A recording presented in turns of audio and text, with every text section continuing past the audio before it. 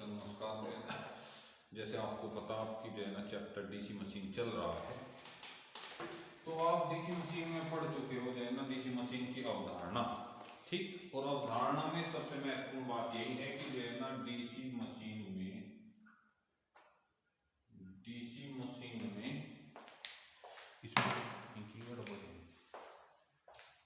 DC machine जो होती है वो दो प्रकार की होती है, जो है ना डीसी जनरेटर और डीसी जो है ना मोटर। परंतु आपको ये याद रखना है, डीसी मशीन में जो रोटर पार्ट होता है उस पे आर्मेचर रखे जाते हैं, ठीक, और जो स्टेटर होता है उस पे जो है हमेशा डीसी मशीन के स्टेटर क्या होता है, फील्ड।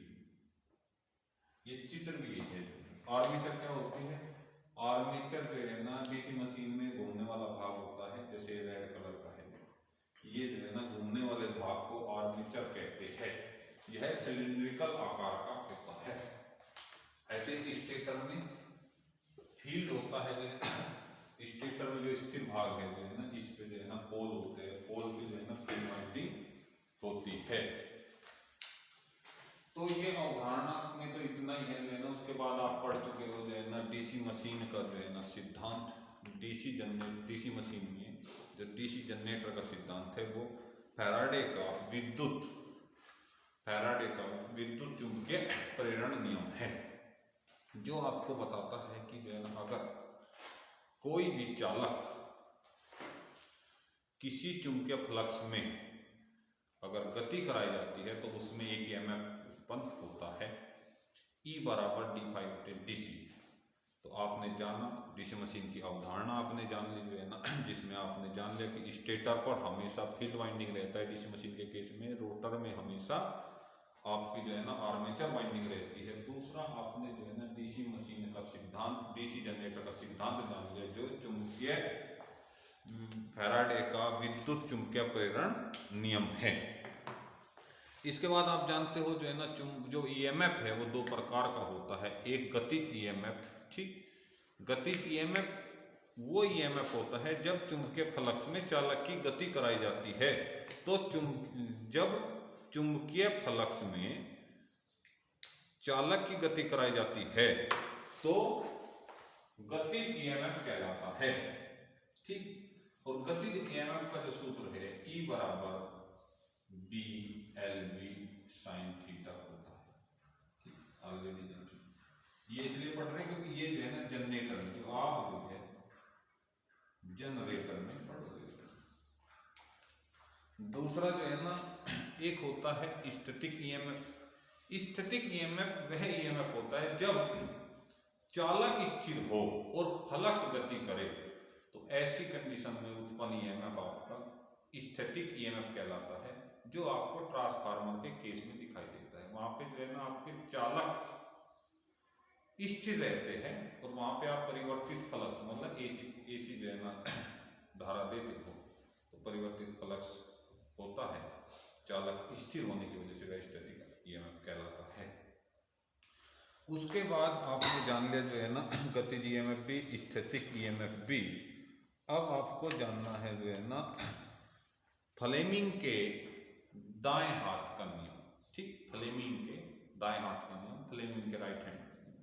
फ्लेमिंग के दाएं हाथ का नियम क्या कहता है कि अपना आप दायां हाथ लीजिए, दायां हाथ राइट हैंड से, अंगूठा आपकी तर्जनी उंगली, आपकी माध्यमिक उंगली जो है ना, या सरल शब्दों में को अंगूठा पहली उंगली और दूसरी उंगली को परस्पर एक दूसरे से समकोण बनाइए और अंगूठा हमेशा मोशन को दिखाएगा। आपकी जो है ना प्रथम उंगली तर्जनी हमेशा मैग्नेटिक फील्ड को दिखाती है और आपकी जो माध्यमिका है या दूसरी उंगली है ये हमेशा जो है आपके करंट को दिखाती है। अच्छा, ये इसलिए पढ़ना पड़ रहा बच्चों आपको फ्लेमिंग का दाएं हाथ का नियम। वो अक्सर क्या करता है ना, हमें जनरेटर को एक डेफिनेट दिशा में घुमाने की आवश्यकता होती है।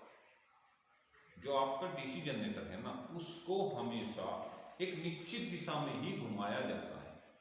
अगर जिस दिशा में उसको एरो लगाया, अगर हम उस दिशा में नहीं घुमाएंगे तो क्या होता है ना, उसका जो सेल्फ एक्साइटेड जनरेटर में जो अवशिष्ट चुंबक है वो खत्म हो जाता है। ठीक, अब हमें जो है ना किस दिशा में जनरेटर घुमाना है तो वो फ्लेमिंग के दाएं हाथ से हम निकाल लेते हैं, क्योंकि हम देख लेते हैं मैग्नेटिक फील्ड किधर जा रहा, करंट की दिशा किधर है। दो दिशा हमें पता है, पता होने से तीसरी बात अपने आप निकल जाती है। ये जो इसलिए हमें फ्लेमिंग के दाएं हाथ का नियम पड़ रहा ताकि हम जनरेटर की दिशा को निकाल सके।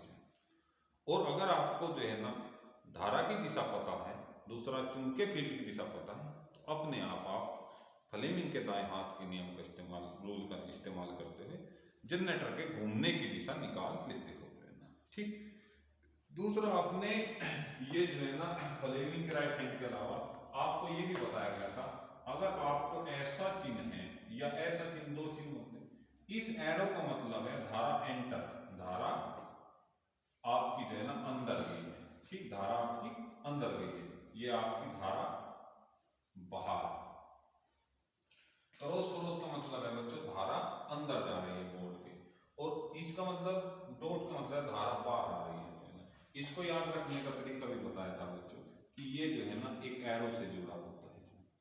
ठीक, जब एरो का अगला सिरा जो है ना हमेशा बिंदु होता है, तो जब तीर का बाहर निकल के आएगा बिंदु दिखेगा, तीर एंटर करेगा तो इसका जो है ना बैक सिरा दिखेगा आपको स्टार बना। तो ये आपने ये भी आप जानना था। इसके बाद आपको जो है ना महत्वपूर्ण जानना है, अब बढ़ते हैं हम डीसी मशीन के भाग। डीसी मशीन के भाग, तो डीसी मशीन के भाग पढ़ने के लिए आपको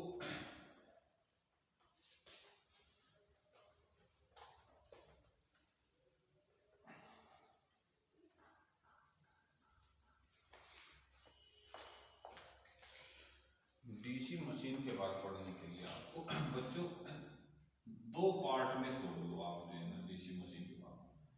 नंबर आप एक जो है ना आप स्टेटर और दूसरा रोटर।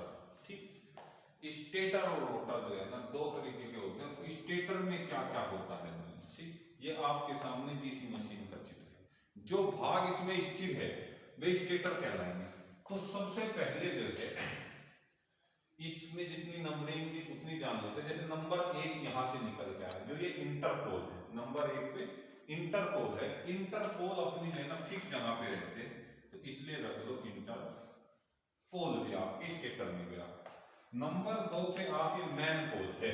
ठीक, नंबर 2 पे ये वाला भी मैन पोल है, तो ये भी एक स्टेटर है। मैन पोल क्या है, स्टेटर पार्ट है, मतलब स्थिर रहने वाला भाग है। ऐसे ही पोल इसमें जो है ना नंबर 3 आप देखते हो, ये आर्मेचर रेड कलर के घूमने वाला भाग होता है, इसे आर्मेचर बोलते हैं। तो नंबर 3 आपका गया रोटर की तरफ, आर्मेचर।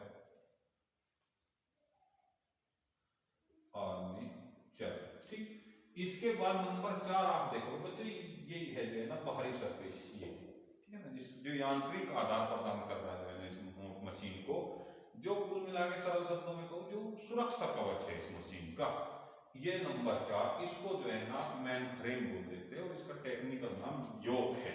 तो योक किसमें जाएगा, स्टेटर पार्ट में जाएगा। ठीक, स्थिर भाग है आपका योक। इसके बाद नंबर 5 क्या है, इसके फ्रेम से जुड़ी एक आर्म है, ठीक है ना, जिसमें ब्रूस होल्डर को लगाया जाता है। इसको बोलते हैं रोकर आर्म, है ना, इसको बोलते हैं रोकर आर्म। रोकर आर्म भी आपकी फिक्स रहते हैं।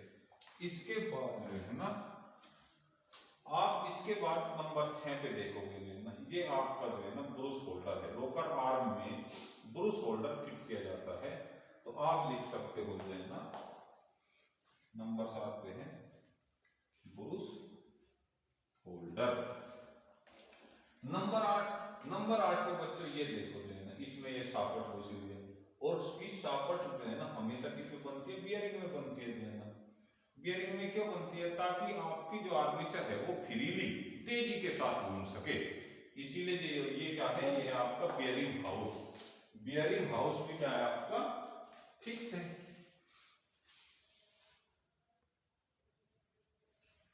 बियरिंग हाउस में इसके बाद पार्ट नंबर 9 ये सापट है। पार्ट नंबर 9 आपका सापट है। सापट क्या होती है? सापट तो घूमने और घूमती है जो, तो सापट जाएगा आपका, साफ्ट आपकी जाएगी बच्चों रोटर में, रोटर पार्ट जो है सापट जाएगा। इसके बाद पार्ट नंबर 10, पार्ट नंबर 10 में क्या है? बियरिंग का। बियरिंग भी एक जगह फिक्स हो जाता है आपका, ठीक है ना। तो बियरिंग भी आपका स्टेटर में। तो ये तो चित्र के हिसाब से 10 भाग है। हम बाकी भाग की चर्चा करते हैं जो इसमें दिख रहे हैं बच्चों। जैसे इसमें जो है ना, जब ये बंद होता है, ये खुली मशीन दिखा रहा है, जब ये बंद होता है तो उस ढक्कन को, जिस ढक्कन से जो है ना मशीन बंद होती है, उसे एंड प्लेट बोलते हैं। तो एंड प्लेट की आपकी क्या है? स्थिर भाग। एंड प्लेट सामान्यतः जो है ना कास्ट आयरन की बनाई जाती है, जिससे आप ये मशीन को बंद करते हो।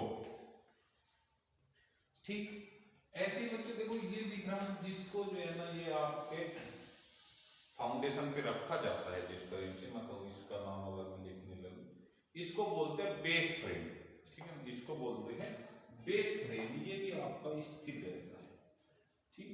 बेस फ्रेम भी आपका स्थिर रहता है। दूसरा जो है ना, इसमें क्या भाग देख सकते हो आप? बेस फ्रेम देख सकते हो बच्चों। इसमें जो है इसी योग के ऊपर ना टर्मिनल बॉक्स होता है, जिससे जो है ना आप सप्लाई देते और लेते हो। एक और भाग का नाम लिख सकते हो आप, है ना, टर्मिनल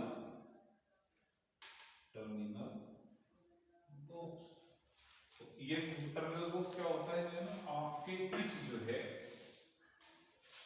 टर्मिनल बॉक्स क्या होता है? कहाँ लगा होता है? बिल्कुल योग के बाहरी सरफेस पे लगा रहता है, जो इससे कार्बन ब्रूस से सप्लाई लेके जो है ना टर्मिनल बॉक्स पे पहुंचती है जो है ना, ठीक। तो ये होगा। इसके बाद और क्या भाग हो सकते हैं इसके जो है ना? इसके बाद इसमें जो आप पोल है, ये मैन पोल बच्चे, मैन पोल के आगे आप देख रहे हैं जो है ना थोड़ा जो है ना सी कर्व सरफेस बनी हुई है, इसको बोलते हैं जो है ना क्या?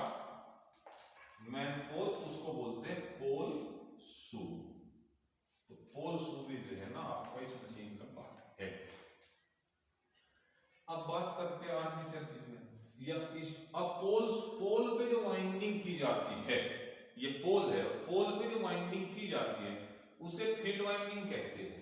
तो आप जो है यहाँ पे स्टेटर में क्या लिख सकते हो? फील्ड वाइंडिंग भी आपकी स्टेटर का ही पार्ट है। फील्ड वाइंडिंग भी आपके स्टेटर का पार्ट है। तो ये हुए जो है ना ऐसे, ये जो आर्मेचर दिखी बच्चों, आर्मेचर में ये जो है ना खांचे बने हुए, स्लॉट बने हुए, इसमें जो है ना आप वाइंडिंग करते हो, तो इसे बोलते हैं आर्मेचर वाइंडिंग। तो आर्मेचर वाइंडिंग आर्मेचर पर रख के घूमेगी, तो रोटर में आप भाग का नाम दे सकते हो आर्मेचर वाइंडिंग। आर्मेचर वाइंडिंग जिसमें गई आपकी जो है रोटर में, रोटर की तरफ जाएगी आर्मेचर वाइंडिंग। दूसरा जो है ना आपके आर्मेचर वाइंडिंग हो गई। और इसके क्या भाग हो सकते हैं? जो है ना आर्मेचर वाइंडिंग हो गई, इसके जो है ना भागों के नाम आप लिख सकते हो जो है ना पंख। हाँ, अब सापट पे क्या होता है जो है ना, ये मशीन गरमाएगी जो है ना, इसको ये जो है ना हमेशा ठंडी रहे, इसीलिए जो है ना इसके जो है ना पंखा हम लगा देते हैं। सामान्यतः जो कास्ट आयरन का बना होता है, तो रोटर में आपका आ जाएगा कूलिंग फैन। कूलिंग फैन भी आपका क्या है? रोटर का भाग है जो है ना। तो कूलिंग फैन भी आप जो है ना रोटर में लिख लोगे जो है ना। इसके बाद सबसे मेन भाग आपका रह गया जो है ना, ये आपका जो है कम्यूटेटर, ठीक है ना। कम्यूटेटर जो है आपका, यही जो है एसी मशीन को डीसी में बदलता है। तो कम्यूटेटर भी आपका क्या है? रोटर भाग है। कम्यूटेटर भी आपका रोटर भाग है। तो ये हुए इसके जो है ना भागों के नाम। अब मैं एक एक के बारे में आपको इनको डिटेल से बताता हूँ।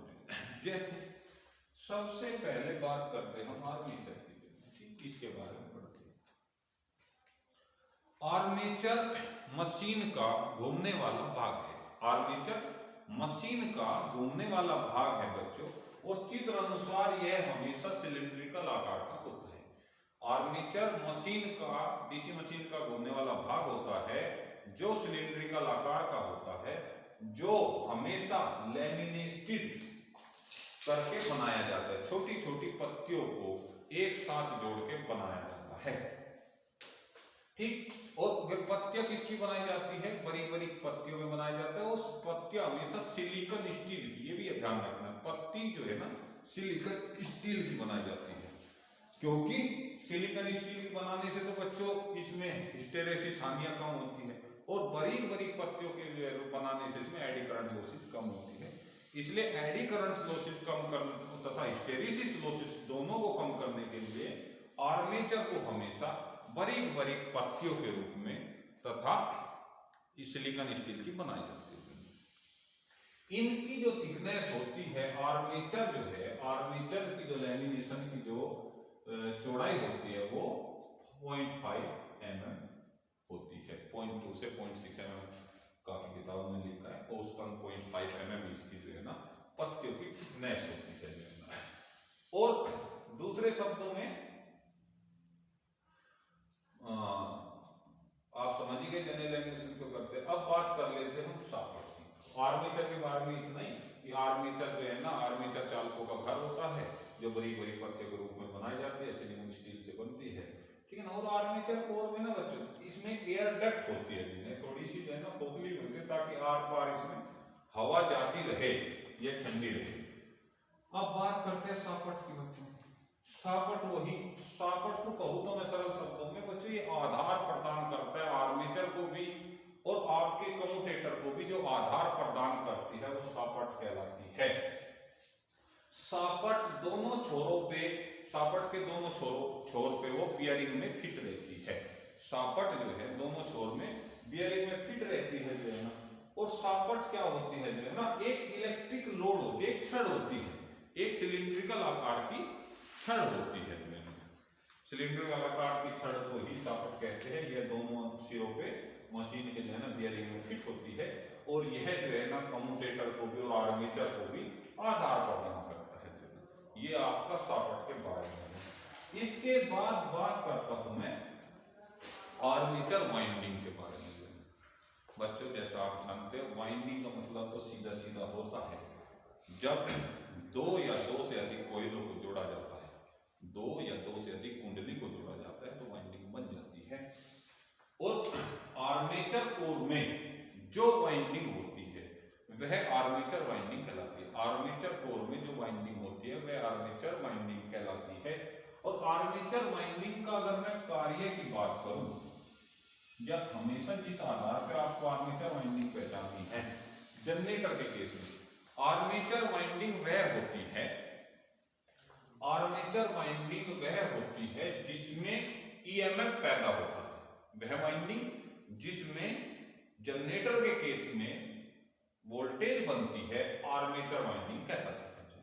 ये सबसे सिंपल है, ठीक। तो ये हुआ आपका आर्मेचर वाइंडिंग जनरेटर के केस में। बात आ जाए थोड़ा मोटर के केस में तो सावधानी बरतना।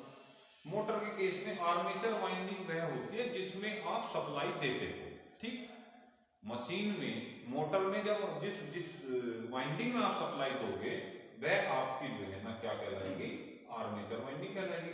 जनरेटर के केस में जिस वाइंडिंग से आपको जो है ना वोल्टेज मिलती है, बनेगी, वो आर्मेचर वाइंडिंग कहलाती है। दूसरा, आर्मेचर वाइंडिंग के बारे में और अगर चर्चा करूं तो आर्मेचर वाइंडिंग करने के आधार पे दो प्रकार की हो सकती है, ठीक है ना। कार्य आप समझ गए, वोल्टेज को उत्पन्न करना। और इसको जो है ना अगर वर्गीकृत करो तो आर्मेचर वाइंडिंग लैप वाइंडिंग भी होती है, वेव वाइंडिंग भी होती है।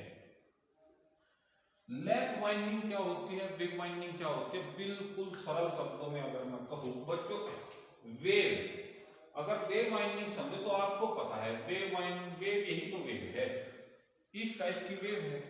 तो ऐसी वाइंडिंग जो मतलब ये कोयल है, ये कोयल है, जब ऐसी वाइंडिंग आप करोगे कि इसका जो है, इस कोयल का अंतिम सिरा दूसरी वाइंडिंग के प्रथम सिरे से और दूसरी वाइंडिंग का जो है ना अंतिम सिरा तीसरी वाइंडिंग के जो है ना प्रथम सिरे से जुड़ता है।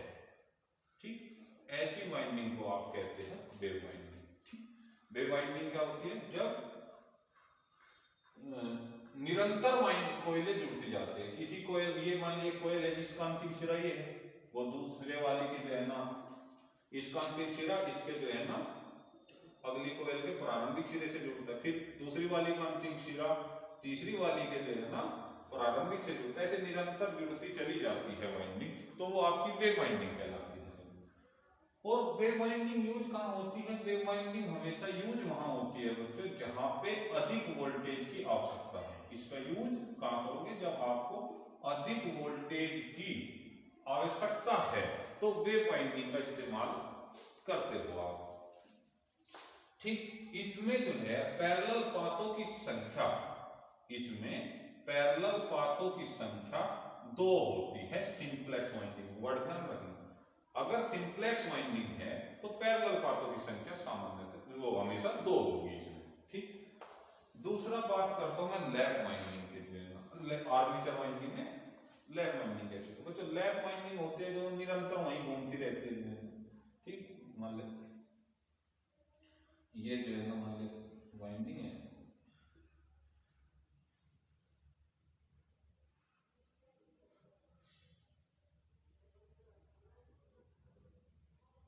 मतलब ये वहीं घूमती रहती है, एक कोयल के ऊपर दूसरी कोयल जब चढ़ती रहती है ना, ऐसी वाइंडिंग को लैप, लैप माने चढ़ना, तो एक कोयल के ऊपर दूसरी कोयल चढ़ती रहती है जो है, तो इसको बोलते हैं लैप वाइंडिंग में। लैप वाइंडिंग में पैरेलल पाथों की संख्या, पैरेलल पाथों की संख्या बच्चों पोल के बराबर होती है।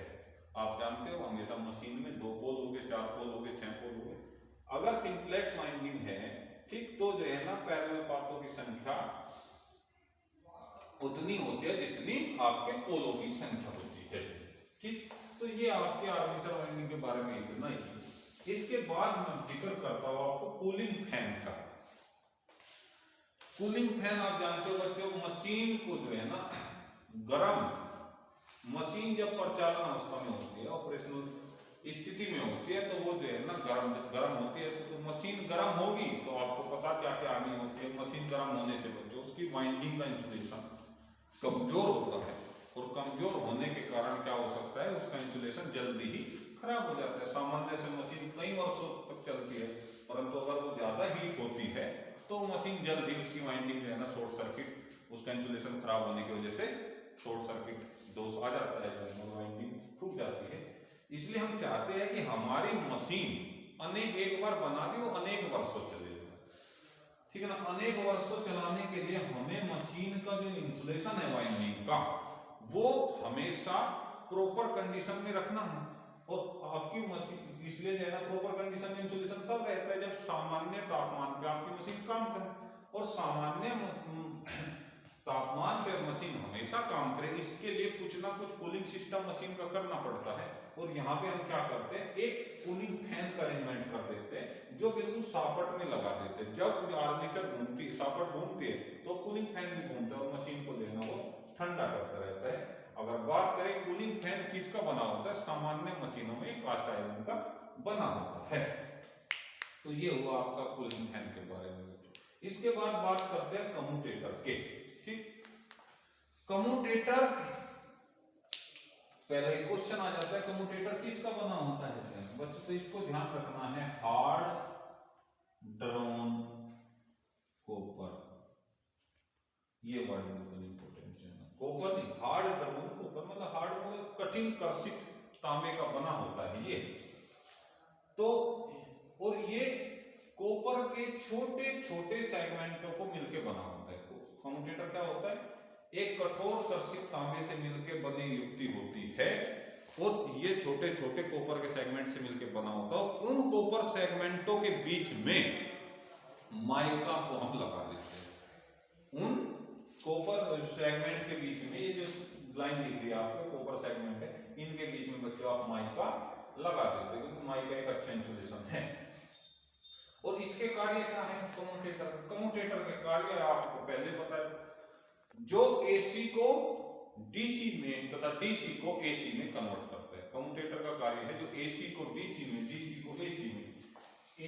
आप ये बात हमेशा याद रखना बच्चों, हमेशा रोटेटिंग मशीन में उत्पन्न एसी ही होती है। हमेशा रोटेटिंग मशीन में जो पैदा होती है वो एसी ही होती है। तो जनरेटर के केस में, और जबकि आपको एसी को बाहर क्या भेजना, डीसी मशीन में। भाई उत्पन्न में कह रहा जो है ना, हमेशा घूमने वाली मशीन में एसी होती है, परंतु टर्मिनल पे आपको डीसी भेजनी, तो ऐसी डिवाइस लगानी पड़ती है जो डीसी में कन्वर्ट कर दे। तो जनरेटर के केस में कम्यूटेटर क्या करता है, एसी को डीसी में बदलता है। ठीक, इसके विपरीत मोटर के केस में आप उसके बाह्य टर्मिनल पर डीसी देते हो तो डीसी को एसी में कन्वर्ट करता है। तो ये कम्यूटेटर के कार्य हुए। ठीक, बस ये हुए आपके रोटर पार्ट के बारे में पूरी चर्चा। अब बात कर लेते हैं स्टेटर पार्ट की।